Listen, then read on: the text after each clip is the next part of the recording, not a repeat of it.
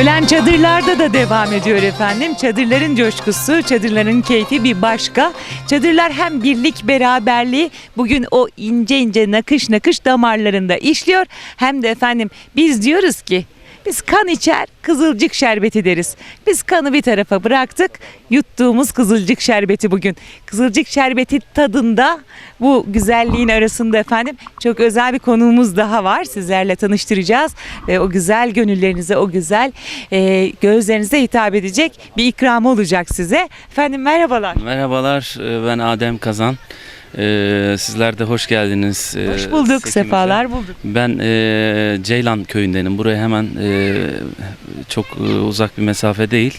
Yani bizim memleketimiz, bizim yaylamız Yeşil Seki'ye. Sizler de hoş geldiniz.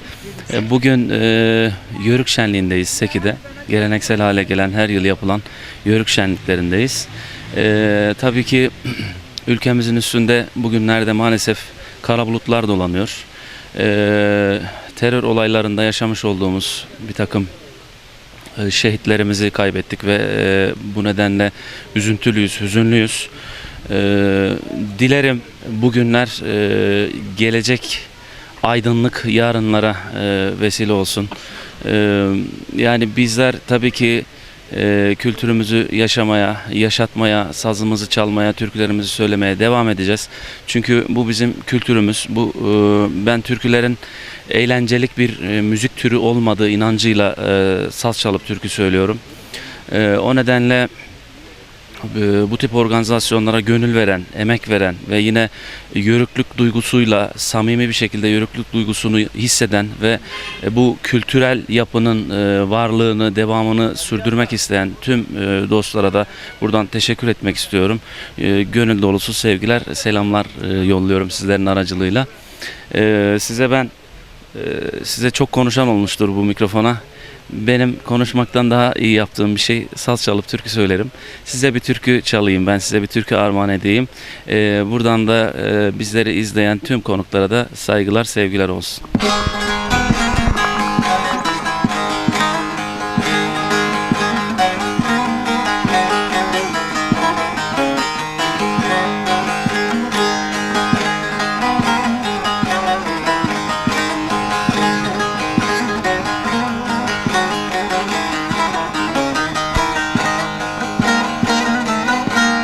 Kaya köyünde alt yanında değirmeni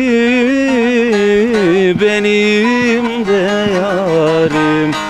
Şu düğünün aman feymanı benim de yarim. Şu düğünün aman feymanı. Nazlı kızı da Hasan oğlana vermeli, telli de yazmalarını da oyaladın mı? Sırçada parmaklarını da boyaladın mı? Telli de yazmalarını da oyaladın mı? Sırçada parmaklarını da boyaladın mı?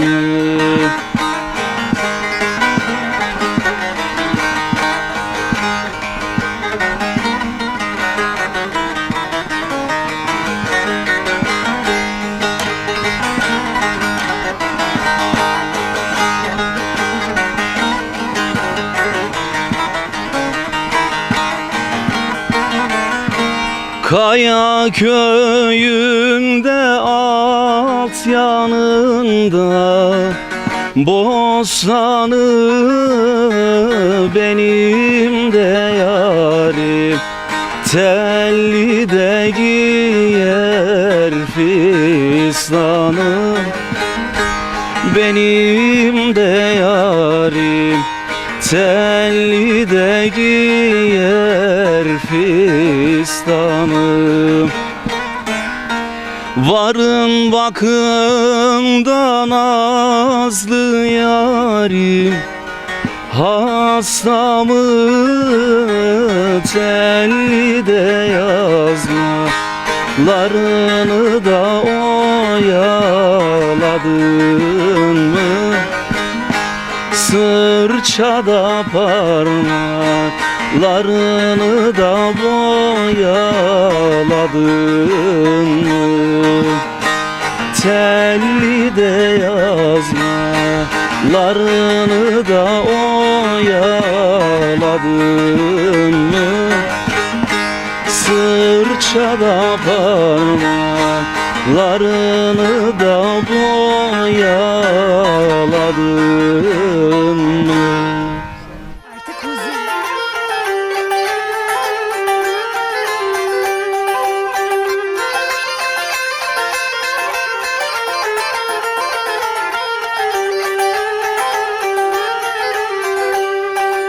Oğlanın elinde kama parlıyor, oğlanın elinde kama parlıyor.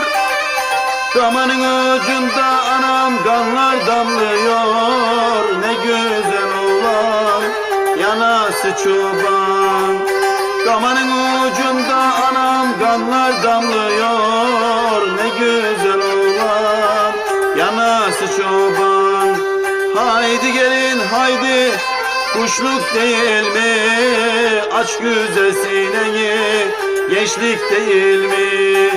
Geç gelin geç, zülfün tellesin. Aç güzel bağrını, sinen yellesin.